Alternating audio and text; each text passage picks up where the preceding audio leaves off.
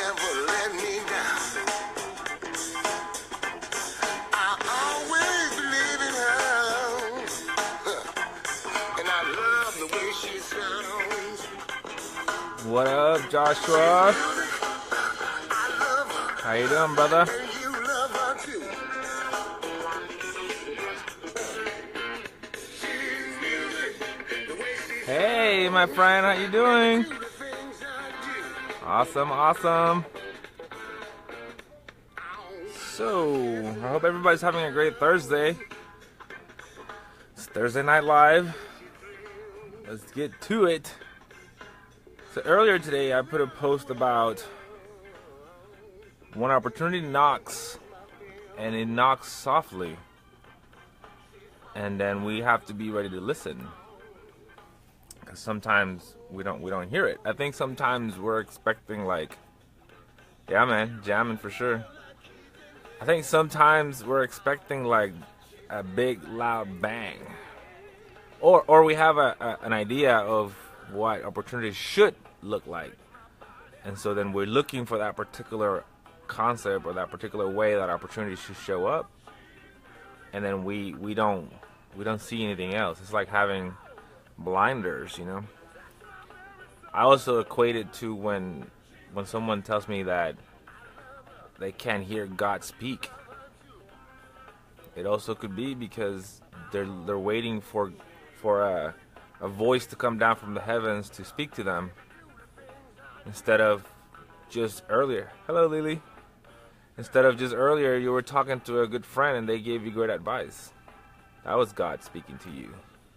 It's really boils down to learning how to listen. We don't know how to listen. We talk a lot. We talk to God a lot, or we talk to people, but we don't know how to listen. So how do we know how to listen to God? How do we know?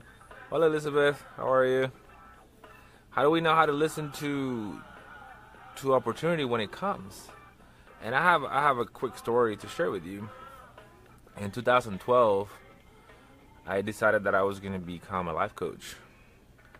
And I did. I got certified as a life coach. Hello, Angel. Greetings from Brownsville. Hi, how are you? So good to see you. I decided that I was going to become a life coach, and so I did. But then in 2012, after that certification, which was a great certification, shout out to the Life Coaching Institute of America, I felt like I wanted to go deeper. I wanted more. I wanted to go to really dive in.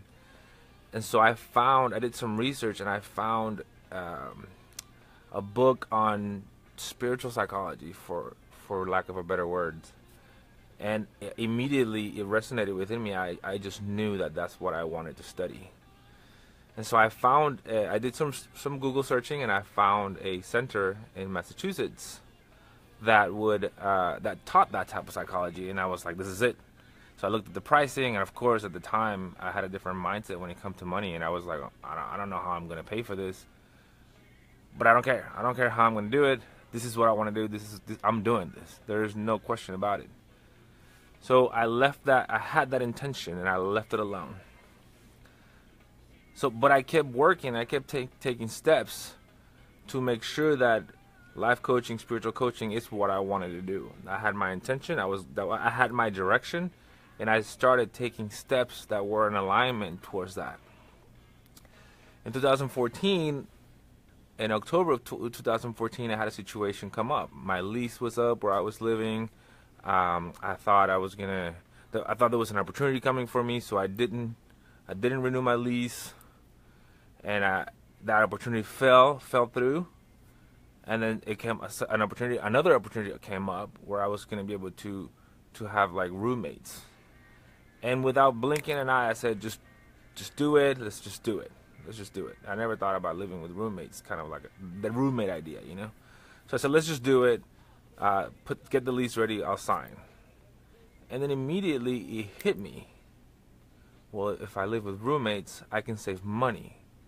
The money that I'm saving, I could use it to pay for the schooling of that school that I found, that center that I found back in 2012. So this was 2 years later.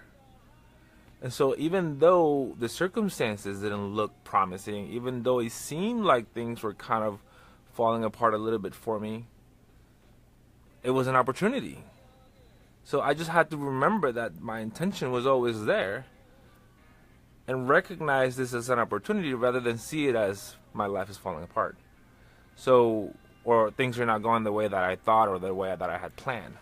So I recognized the opportunity. The money that I was saving in rent, I was able to, first I called the school. I applied. I got in. They actually gave me a scholarship. So it cost a little bit less. And the money that I was saving in rent, I was able to use it to pay for the school. So sometimes we get so focused on what the way it should look. It should come from this direction. It should come from this place. Or it should come like this. And because we're looking for that, we're not really open. We're not open to a different way that it could come.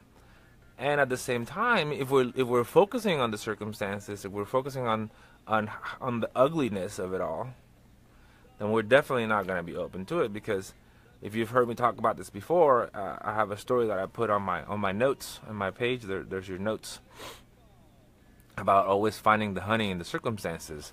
You know, if I bring you honey, you know, in a jar, in a glass jar, you're gonna know that's honey, and you're gonna want to eat it because honey's pretty good. But if I bring you honey like in a teddy bear jar, you're gonna know that's honey, so you're gonna eat it. But what if I bring you honey in a rusted can full of holes? Well, more than likely you're gonna kick the can because that's ugly. You know, the circumstances for how the honey came to you are not ideal. They're not what you thought. But if we get into this mindset of always finding the honey in every situation, you're going to find the opportunity. The other part of it is we may get disappointed. So look at the timeline. 2 years went by before I was able to recognize the opportunity. I could have given up. I could have said, well, this isn't for me. Right? We tend to expect things to happen like right away. You know, it's like the microwave era.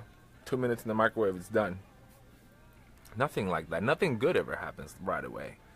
It's investing time. Perhaps it's possible that maybe God or the universe is wanting to make sure that you're serious about this thing.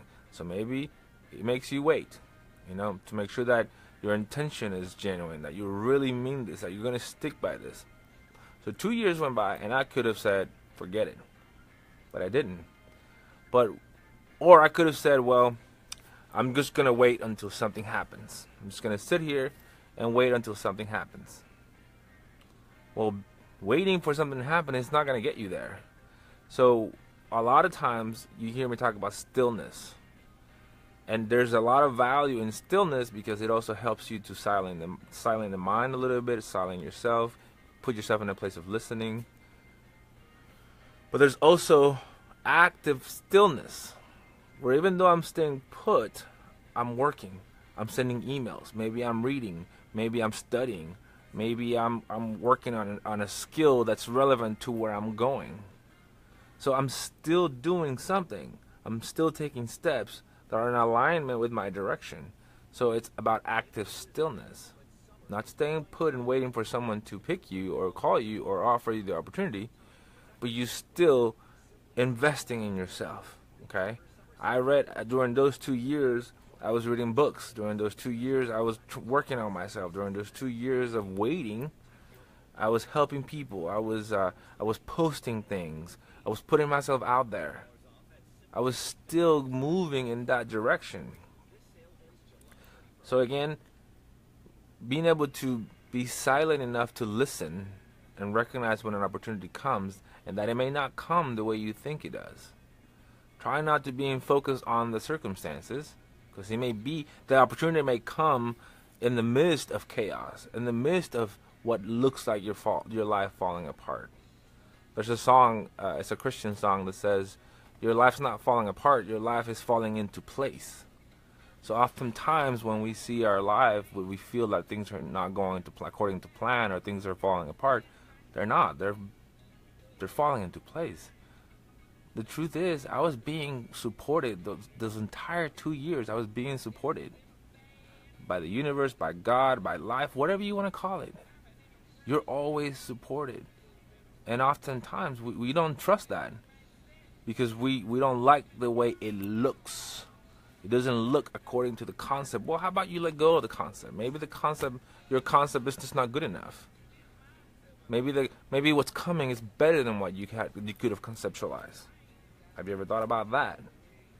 That reminds me of it's a Facebook meme that's been going around, and it's like Jesus like asking a little girl to give him the teddy bear that she has. It's like a little teddy bear, and behind his back he has this big teddy bear, and he's asking to give it to her.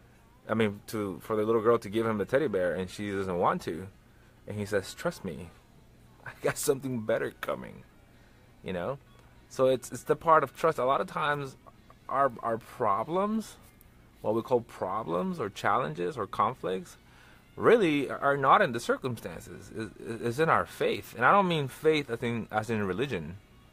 I mean faith as in complete trust, like trusting that things are happening for a reason and that things are happening for your highest good.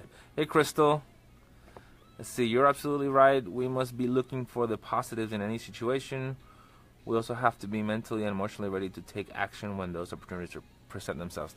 I agree. And I know there's more to it, but it's not popping up. But thank you for sharing that. I agree. And you're right, because when that opportunity came and I was able to recognize it as an opportunity, boom, I acted. There was no time to think. There was no time to, let me consider it.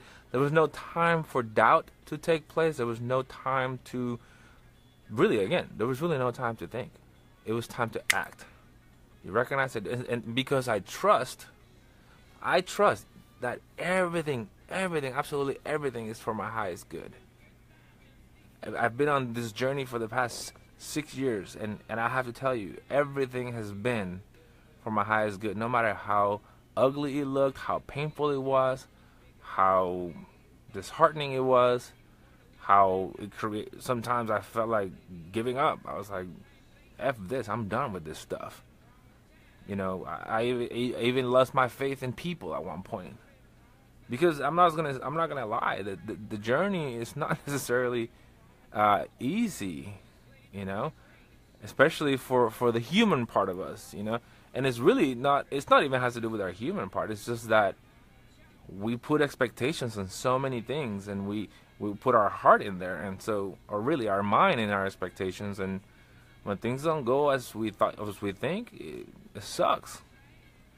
And so I've learned a lot about letting go. I've learned a lot about letting flow.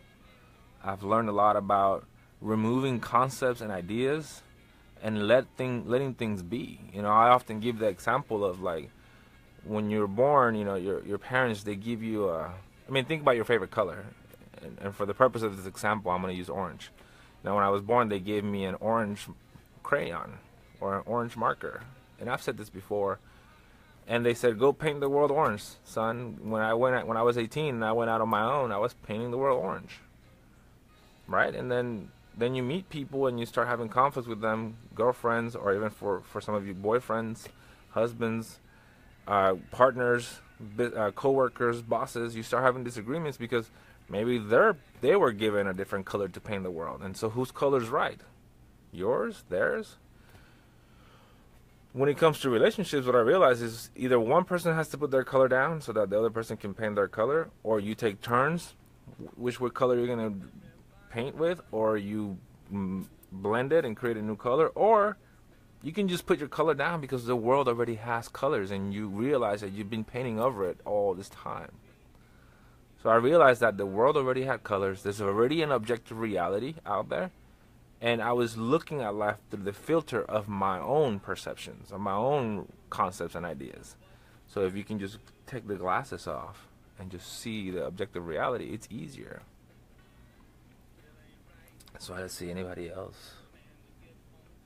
So I put the post earlier today, so check it out. Go to the post. Maybe tell me how you see opportunity. How do you recognize opportunity? Also, too, I'm going to be sharing some information about a workshop coming up Saturday the 29th. It's like a money tips workshop. So if money is something that interests you, I'm going to be sharing that information. I'll put it on the comments, and I'll probably be sharing it tomorrow, probably on my page. But I'll put the link on the comments. And also be looking out for our next Wings of Light service event. We're looking at possibly helping a place with litter pickup. And this is the Wings of Light event is for children and adults, so it's a good opportunity for you as parent or as an uncle or as a grandfather or grandmother or as an aunt to teach children to put themselves in the service of others. So I'll be looking out for that information as well. We're going to do it in August. And I appreciate you spending a little bit of time with me here on Facebook Live, and I look forward to seeing you again next week. Peace.